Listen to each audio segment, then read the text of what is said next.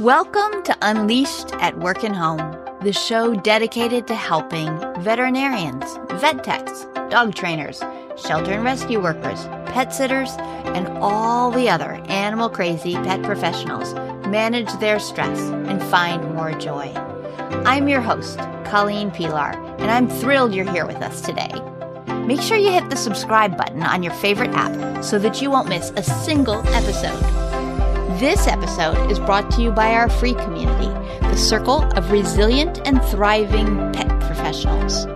If you like the ideas shared here, then you're invited to continue the conversation with other lifelong learners in the community.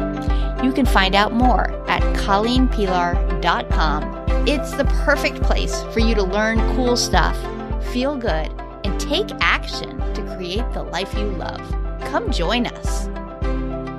Welcome back to Unleashed at Work and Home. My guest today is Sarah Rutten, who is a trainer in Australia.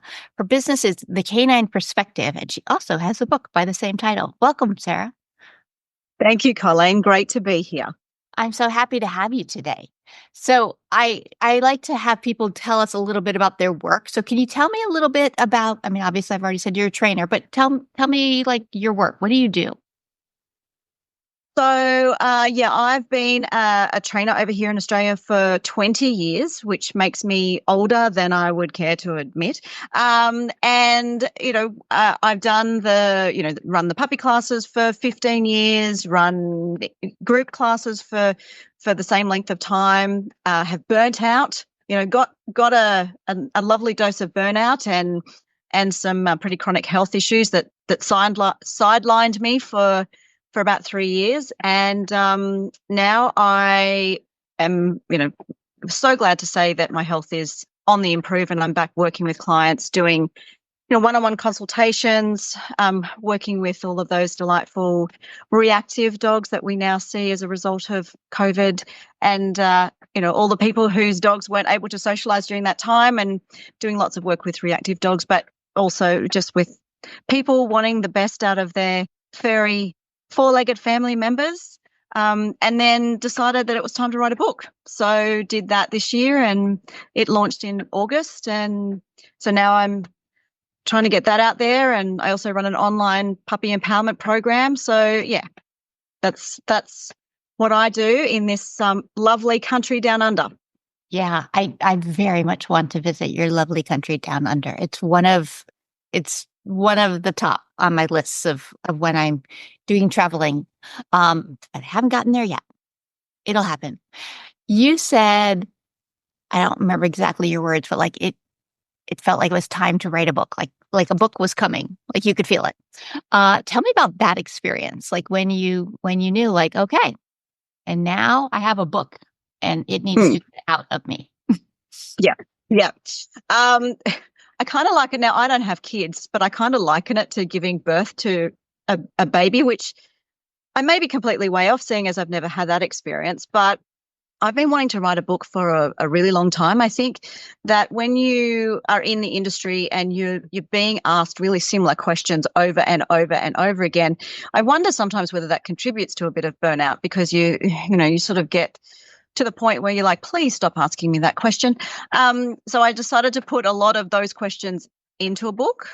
It was during my recovery. I actually had mold illness. So my burnout was less burnout and more mold illness, which eventually got diagnosed. But during my recovery, I was kind of scratching around going, I'm not well enough to actually see clients, but I'm well enough to do something. And I don't know, sometimes when you sort of you sit down and you go, I feel like something needs to flow out of me that it just kind of pours out. And there's an independent publisher here on the Sunshine Coast, which is where I am, and he goes to my gym. And yeah, I said to him, I'm thinking about writing a book. And he went, well, I've got a writer's intensive coming up. Do you want to be a part of that? So I went, sure. And he actually does this for people all over the world, not just people locally on the Sunshine Coast. So there were people from the US and Canada and Europe and the UK that were joining us as well because it's online. And so it was a week-long intensive where you basically just focus on writing your book. in a week, and I wrote 36,000 words in a week, which was no small feat. And then 3 weeks later, finished the first draft of the manuscript, which is about 64,000 words, and then kind of went from there. And within 6 months, I had an actual book in my hands and was launching it. And it's just, been a bit of a whirlwind, to be honest, but so much fun. So much fun. What's your favorite part about having the book in your hands? Like to know that you've done it? I don't know. I think it's there's a certain amount of validation. There's a certain amount of validation that, and I did this. It wasn't easy, but it also wasn't the toughest thing that I've ever had to go through. And the journey along the way, I was in this container with this publisher, and it was so much fun to be alongside other authors writing other books and sharing the experience. So I actually didn't do it alone. And so, the journey along the way was just such an enjoyable experience. And then to hold the actual thing in my hands and look at it and go, oh my goodness, I did this. I can do hard things. I can put my mind to something and actually achieve it. And, the book is, it's targeted at dog guardians. It's, that's not to say that people in the industry can't read it. I would hope that they would, but the aim of the book was to make people laugh. So there's a fair bit of Aussie humour thrown in there. To make people cry. There's a chapter at the end about old dogs and about grief and about, honouring our pets and what to do and ceremony and that sort of thing. And to make people go, oh, I didn't realise that about my dog. Oh, well, that really makes sense. So to have those aha moments, and to also, put force-free training on the map to really kind of elevate that in people's eyes, and to educate people about the fact that there are different techniques and different styles, and we really need to advocate for our dogs, and we really need to, that their mental and emotional and physical well-being is actually more important than just getting a result. And so, culminating all of that in something that I could hold in my hands, which is it's an experience. And again, I don't have kids, so I don't know what this feels like, but I can imagine having a baby in your arms and going, wow, I did that. I made that. Probably not quite to the same extent, but just that whole, I have this goal, I've worked really hard, and here it is. It's almost a bit indescribable, to be honest. Mm-hmm. But thank you for trying. Thank you for trying. And the piece of I can do hard things. It's not the hardest thing you've ever done, but it was a big goal. To go from the idea of I might write a book to actually having a book. There's a lot in the way in between. So the question I'd love to ask people is, when you were 10 years old, what did you think you were going to do with your life? So take me from there to here. Well, when I was 10 years old, I, funnily enough, wanted to be a child psychologist, and I also wanted to be a teacher. Okay. So you use those skills daily. I kind of mixed those two together along with my passion for dogs, and it came out being a trainer. I know that the industry isn't regulated, and I call myself a canine behaviour specialist rather than a dog trainer, simply because, I'm not training the dogs, I'm training the humans in canine behaviour. So that's what I call myself. But I just kind of mixed the two interests from when I was 10, mixed it together with a whole load of passion for animals and particularly dogs. And did you go right into this, or did you have other careers first? No, did the stint in working at Pizza Hut and in hospitality. Did the stint in hospitality when I was young, and then have worked for. My dad was a financial advisor when he was working, so I worked for him for a while, and then have worked for a solicitor as a legal secretary, front office at a real estate agent.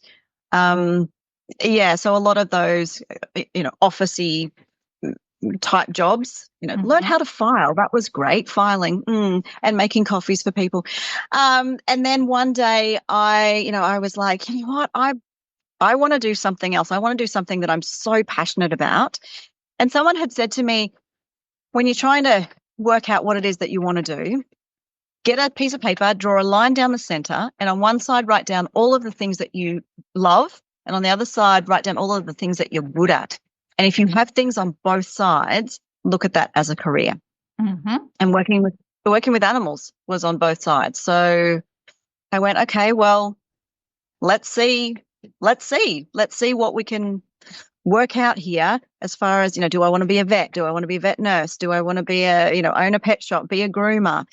And then when I got to trainer, I just went, you know what? There's something about that just feels really right.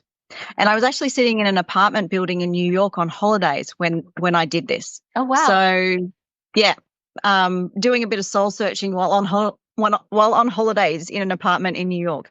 And then started Googling, dog training courses in Australia, and then came across one and went, that felt right too, signed up on the spot and came back to Australia after the holiday and got started. So I think there's something magic about holiday from that perspective. Like, to get ourselves out of our usual routine and our usual context allows us to envision differently, and to even just take some time to like write out that list, because in ordinary life, so often you get distracted and, you got to go do the thing, or, but to just give yourself a little time to think about, what would I like? How do I want to move toward it? And to just envision how wonderful that you had that holiday, because it changed your whole life. Because you just figured it out. And so was filing on both sides of the list too? Like, you didn't have filing on the ones you loved? No. It was on the I'm good at it, but no, it was not on the I love this. No, it was definitely not. It was definitely not. I worked at 7-Eleven, like between a couple of years through college, like in my breaks and stuff. And it was really good at the cash register. And I hated it. But like, whenever it would get busy, they'd be like, well, someone needs to, restock the fridge, and someone needs to be on the register. Colleen, you're on the register. And I'd be like, oh, please let me go in the back and restock the fridge. Like, please, I don't want to be here anymore. But, sometimes what you're good at is not what you love. So finding that sweet spot between them is magic. So absolutely. And what's awesome is that 20 years later, you're still good at it. You still love it. Yeah. So having taken a bit of a step aside when you were having the mold illness and the burnout, tell me a little bit about what helped you come back. Like when you were like, oh, this is heavy and hard and I need to step away because my body is paying a price. But then instead of pivoting and doing something different, you came back. Tell me about that, if you would. I think just it's within me, that passion for dogs is just, and teaching and educating, it's just within me. It's just a part of me. I know that when I had to step away because of my health, there was definitely an identity crisis that I went through. It took me a solid 12 months to even just figure out who I was without being attached to what I did. And that there was a whole lot of growth that happened during that time as I rediscovered myself. But and I was so, interestingly enough, I was so unwell that I would look at a dog and feel nothing. People would talk to me about their dogs and I wasn't interested. And I had never, ever, I was the kid that was out the back with the dog. Even from a very young age, I was the kid hanging out with the dog.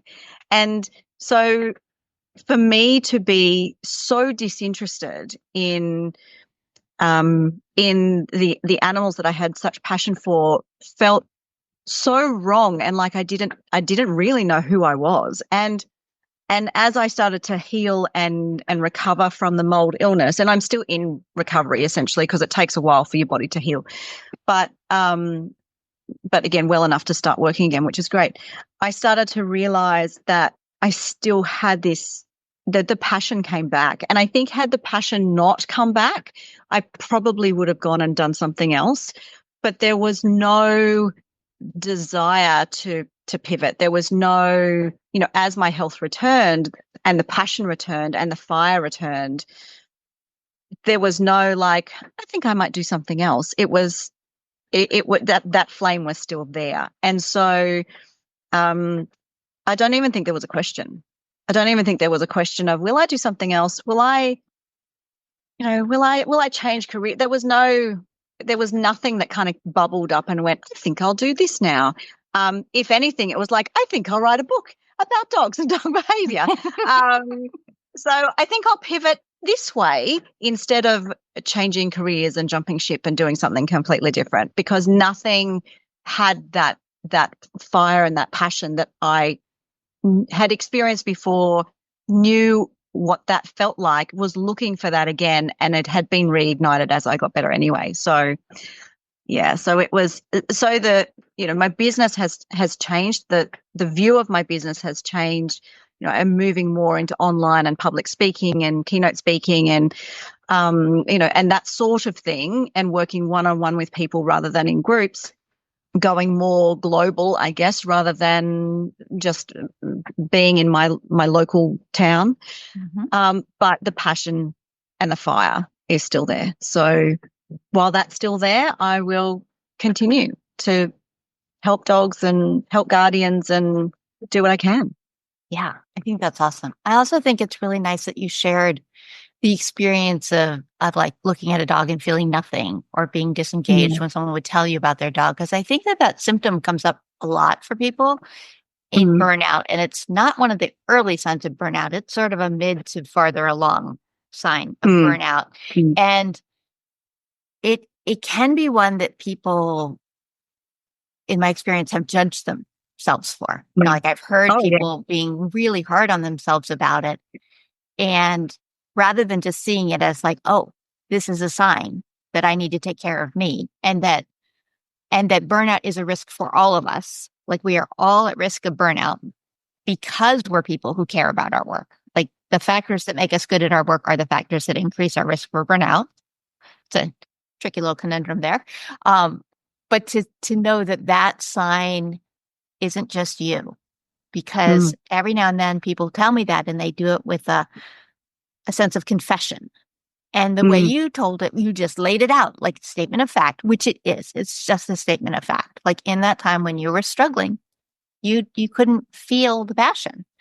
It was still there. It was still inside you, but the illness was preventing you from accessing that. And then when you healed, it was still there. So just, I think sharing that piece will probably be helpful to people. What are you most looking forward to right now? Sort of career wise, of like, what is the piece that just fills your heart?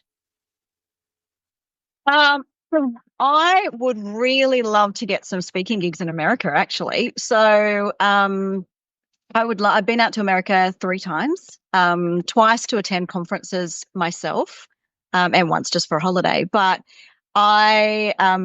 so getting some international speaking gigs is something that I am aspiring to, and it actually excites me to be on stage presenting to people from across the globe. That would be exciting. And to be honest with you, every time I've come to America, everyone is just so welcoming. And it always makes me laugh, because people just say to me, just say something, anything, just talk. We just want to hear you. We just love your accent. Just talk. And that just makes me laugh, because I think I don't have an accent. But well, I love your accent. Just talk.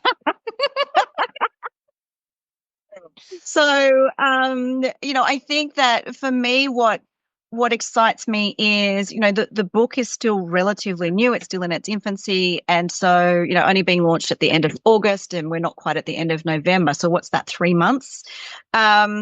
So seeing where that leads and where that takes me, I'm looking at starting my own podcast next year. So that's going to be a new, exciting experience.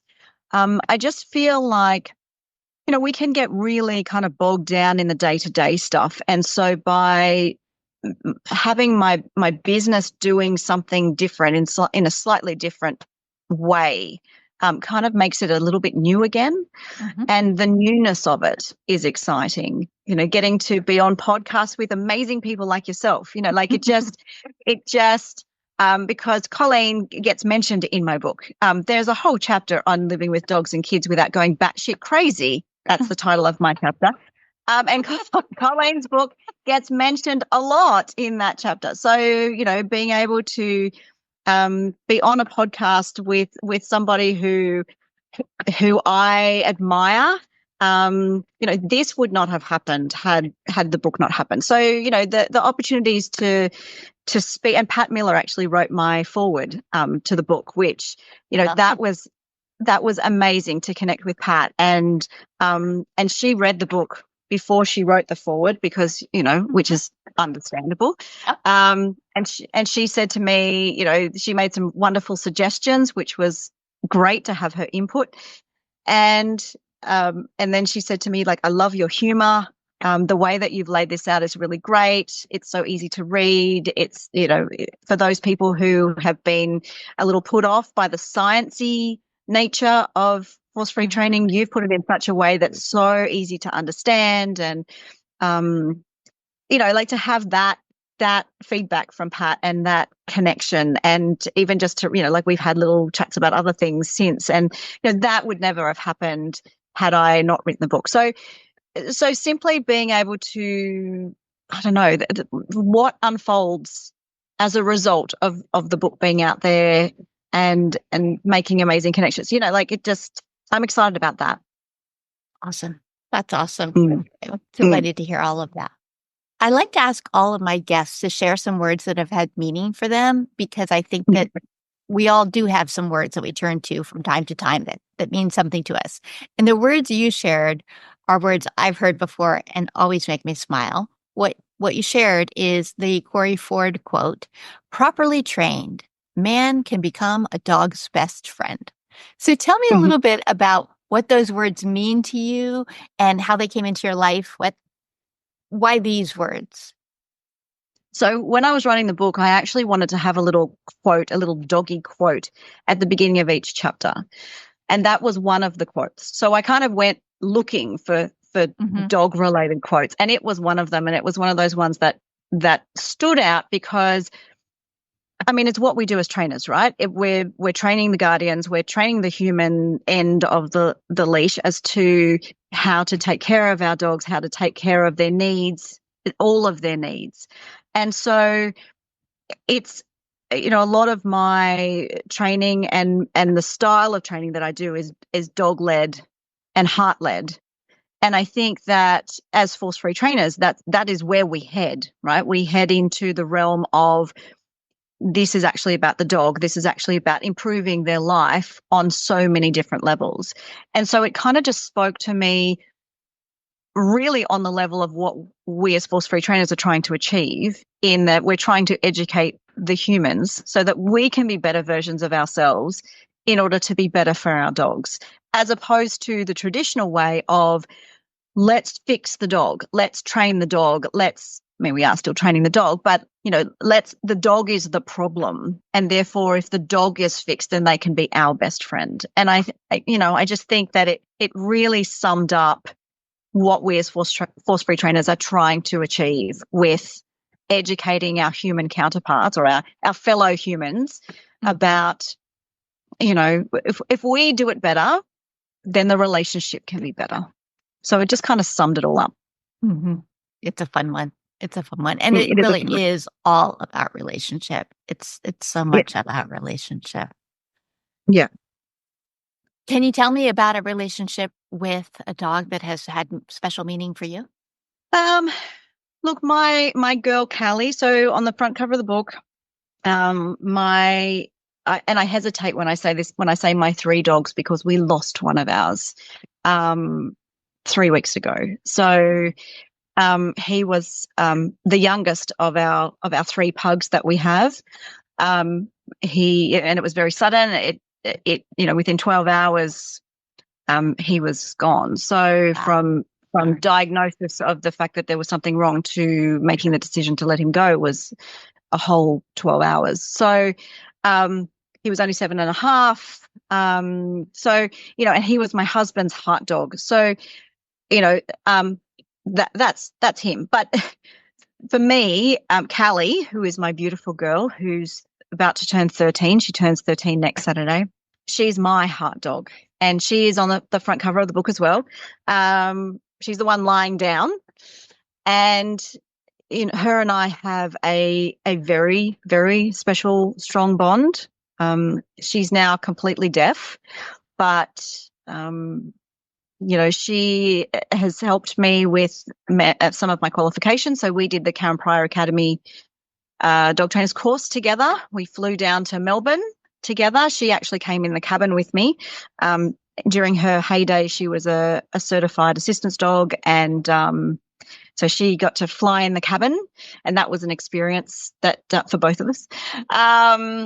Walking through the airport, she was just amazing at walking beside me through the airport as I navigated her crate, my suitcase, and all of the crazy people in Melbourne Airport that were, flying past us trying to get to their gates and security. And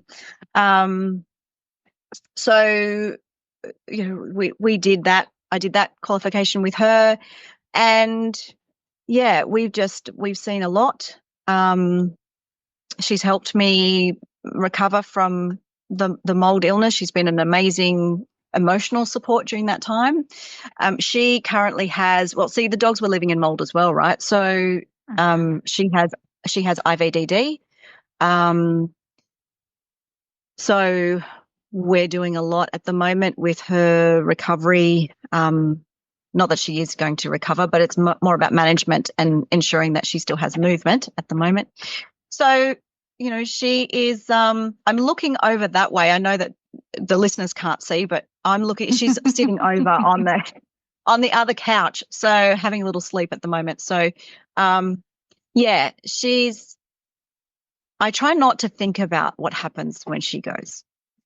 I try not to think about that. We nearly lost her earlier this year. She had a UTI that turned borderline septic, and it was touch and go for her earlier this year. So we nearly lost her, and they were a few days that were hard, incredibly hard. Yeah, there was lots of feelings like my heart was literally breaking and being ripped out of my chest. So. Yeah, she has a pretty special place in my heart. She sure does. Yeah. And we are such somatic beings that our language really does describe like heartbreak, because it really does feel that way. Like we use our words to describe our emotions, I think, more beautifully than we realize at times. Because we are so somatic. So if I could give you a magic wand and you could grant a wish for all pet professionals, what would you give us? Oh, I would give you, is it only one wish, or can I combine the wish? Well, you have the magic wand, so I think the power is in your hands. You get to do what you want. Until I take it back, the power is yours. The power is mine. I think that I would grant humans that actually listened and did as you suggested right off the bat without actually questioning or So some compliance from the humans, easily with grace and flow. I would definitely grant that. And I would grant, I think that we really don't receive the remuneration that we deserve. There's some incredibly, incredibly talented people out there. Sorry, it's raining at the moment. I don't know if you can hear it. It's quite loud. there's some incredibly talented people out there doing some amazing work. And I think a lot of it is a love job a lot of the time. Mhm. So, having guardians see the value in that, being compensated appropriately. I don't know. It's one of those things. I think there's so much for our profession. Having the profession regulated would be amazing. There's so much that I think that would benefit us. Burnout not to be a thing. I think that, yeah, there's a lot, but it's a process, really, isn't it? It's a process. It is a process, and we can do hard things. So here we That's all right. are working together to Yeah. move in those directions. So I think that's important.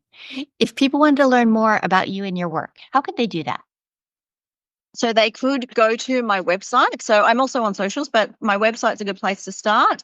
So they could go to thecanineperspective.com.au.